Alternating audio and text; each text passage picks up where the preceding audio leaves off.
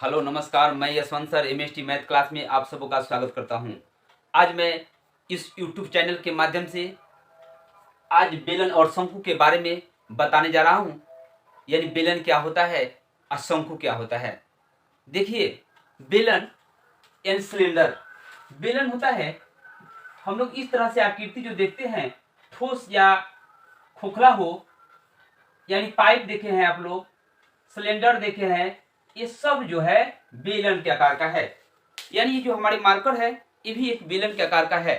यानी अब इसमें हम लोग देखेंगे यानी ऊंचाई क्या होता है। तो यहां से यहां तक का जो भाग होता है वह ऊंचाई होता है। इसको एज से स्विच कर देते हैं। बेलन का आधार जो होता है वृत्त के आकार का होता है। कैसा होता है? वृत्त के आकार का होता है। इसमें यहां से यहां तक का भाग त्रिज्या होता है, रेडियस होता है, और यहां से यहां तक ऊंचाई होता है। देखिए, इसमें ऊंचाई और त्रिज्या रहता है। अब बेलन में ऊंचाई और त्रिज्या रहेगा, इसी पर हम लोग इसका वक्र पृष्ठ, कुल पृष्ठ यानी आयतन, उसके आधार का क्षेत्रफल, हम लोग त्रिज्या और ऊंचाई दिया रहता है, उसी के माध्यम से हम लोग ज्ञात कर लेते हैं। देखिए, अब हम इसमें वक्र पृष्ठ किसको कहते हैं। यानी जो यह मार्कर हमारा है, इसका जो यह भाग है ना, यह भाग जो ऐसे मान लीजिए कि खंभा लग गया, खंभा लगा दिया जाए, इस तरह से खंभा लगा दिया, तो यह भाग जो होता है वक्र पृष्ठ कहलाता है। अब कुल पृष्ठ जब होगा, यानी जब ठोस बेलन का कुल पृष्ठ का क्षेत्रफल का बात कहा जाता है, तो समझिए कि यहां से इधर का भी और इधर का भी उसमें प्लस कर दिया जाता है। एक बात और ध्यान रखिएगा, आपसे कोई पूछता है कि बेलन में कितने पृष्ठ होते हैं, तो बेलन में ध्यान देने का बात है कितने पृष्ठ होते हैं। तो बेलन में 3 पृष्ठ होते हैं। बेलन में कितने पृष्ठ होते हैं? 3 पृष्ठ। यानी बंद बेलन होगा उसमें 3 पृष्ठ होते हैं। देखिए, 1 पृष्ठ, 2 पृष्ठ और यह एक भाग हुआ जो वक्र पृष्ठ, यानी यह मिलाकर के कुल 3 पृष्ठ होते हैं। अब देखिएगा, इसमें आधार जो होता है, बेलन का आधार वृत्त के आकार का होता है। तो वृत्त के बारे में पहले से आप लोगों को बता चुका हूं। वृत्त के बारे में आप लोग पहले से पढ़ चुके हैं। देखिए, इस तरह से अब त्रिज्या हम लोग को मालूम हो गया, ऊंचाई मालूम हो जाए, तब तो हम लोग क्या करते हैं कि बेलन के वक्र पृष्ठ का क्षेत्रफल का सूत्र क्या होता है, थोड़ा सा ध्यान देने का बात है। यानी बेलन का आधार का क्षेत्रफल, यानी आधार का क्षेत्रफल हो जाए, ऊपर वाला का क्षेत्र, ऊपर भी आधार होता है। जब यह मान लीजिए कि हम लोग का यह बेलन है, अब अगर इसका ऐसे रूप का हम इसको खड़ा कर दिए, तो यहाँ आधार इसका यह हुआ, ऊपर वाला का आधार अगर इसको ऐसे घुमा देते हैं तो यह आधार होता है। लेकिन आधार दोनों का वृत्ताकार जब रहता है, तो बेलन का आधार का क्षेत्रफल यानी वृत्त का जो क्षेत्रफल होता है वही होता है। तो बेलन के आधार का क्षेत्रफल होता है पाई आर स्क्वायर।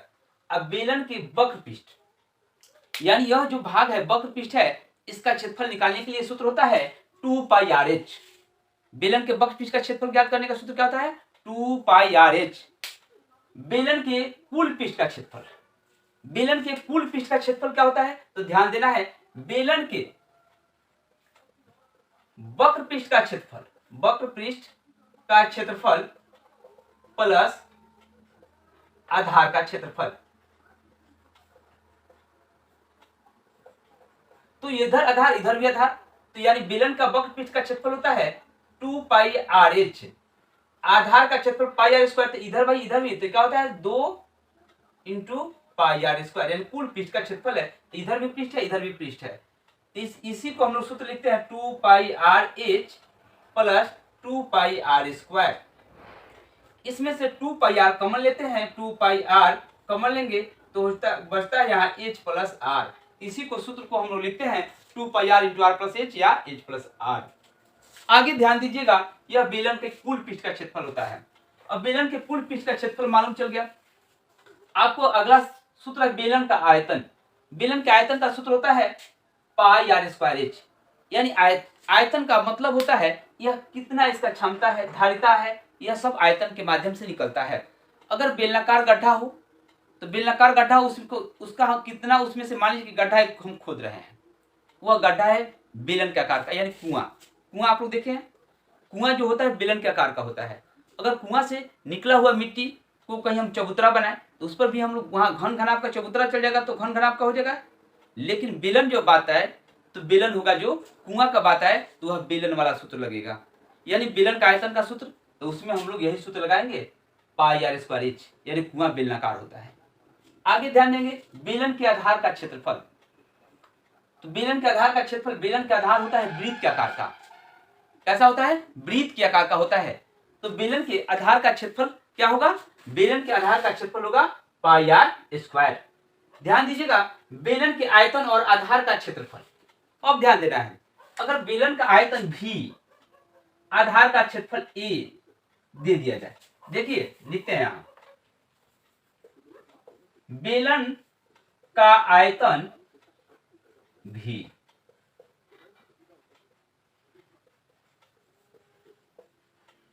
बेलन के आधार का क्षेत्रफल ए दिया है।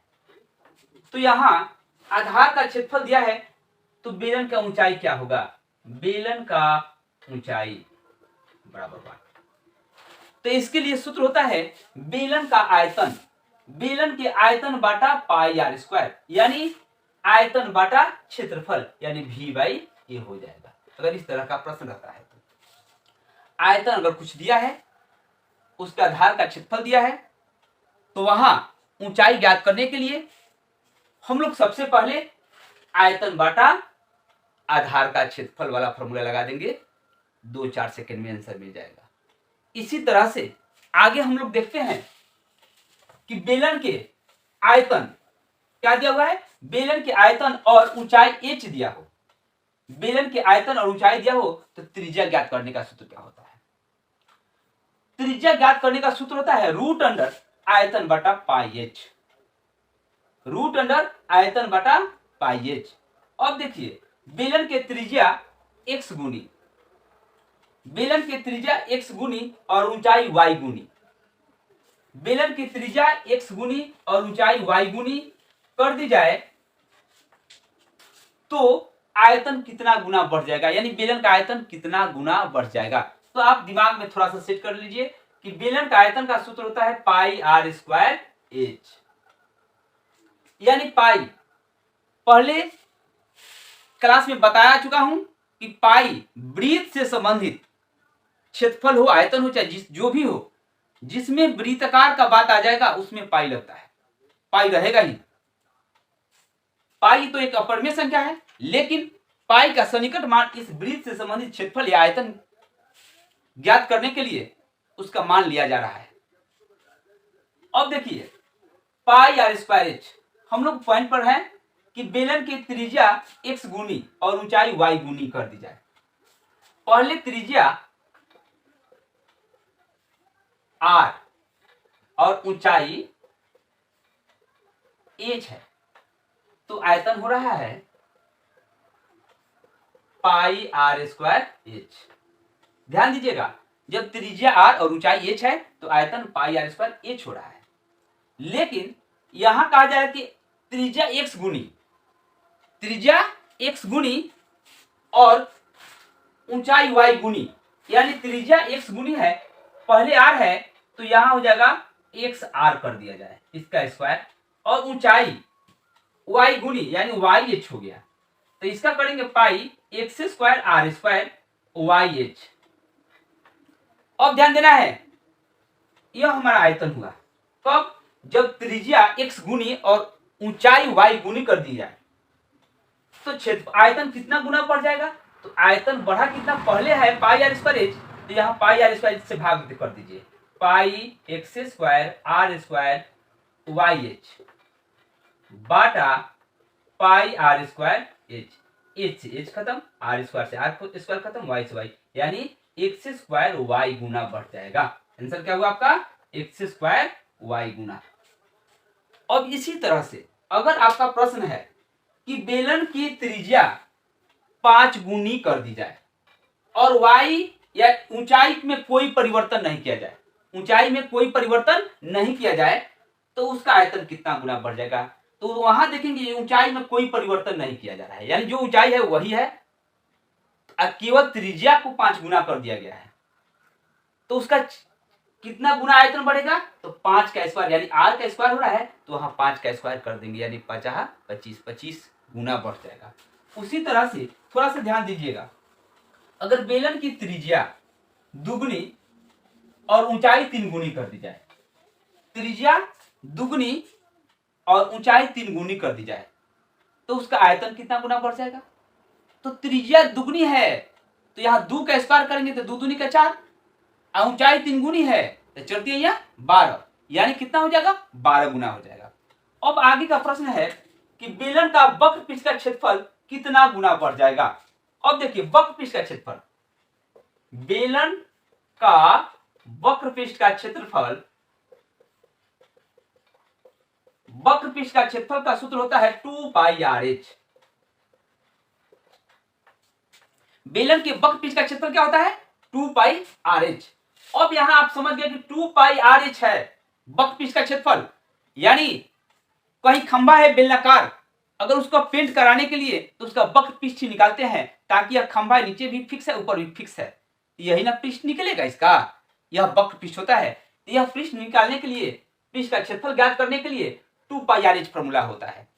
अब देखिए यहाँ 2 पाई RH, वही हम लोग यहाँ बात क्वेश्चन में है कि बेलन का त्रिज्या x गुनी और ऊंचाई y गुनी कर दी जाए तो बेलन का वक्र पृष्ठ का क्षेत्रफल कितना गुना बढ़ जाएगा? आयतन नहीं। यहां मान लीजिए कि बेलन का यह चीज नहीं दिया जाए, अगर यह दिया जाए कि बेलन का वक्र पृष्ठ का क्षेत्रफल कितना गुना बढ़ जाएगा तो यहां ध्यान दीजिए, 2 बेलन जैसा हो लेकिन बेलन का वक्र पृष्ठ का क्षेत्रफल 2 पाई RH ही होगा, 2 पाई निश्चित है। अब त्रिज्या कितना गुना कर दिया जाए? x गुनी, तो x r हो गया। ऊंचाई कितना गुना?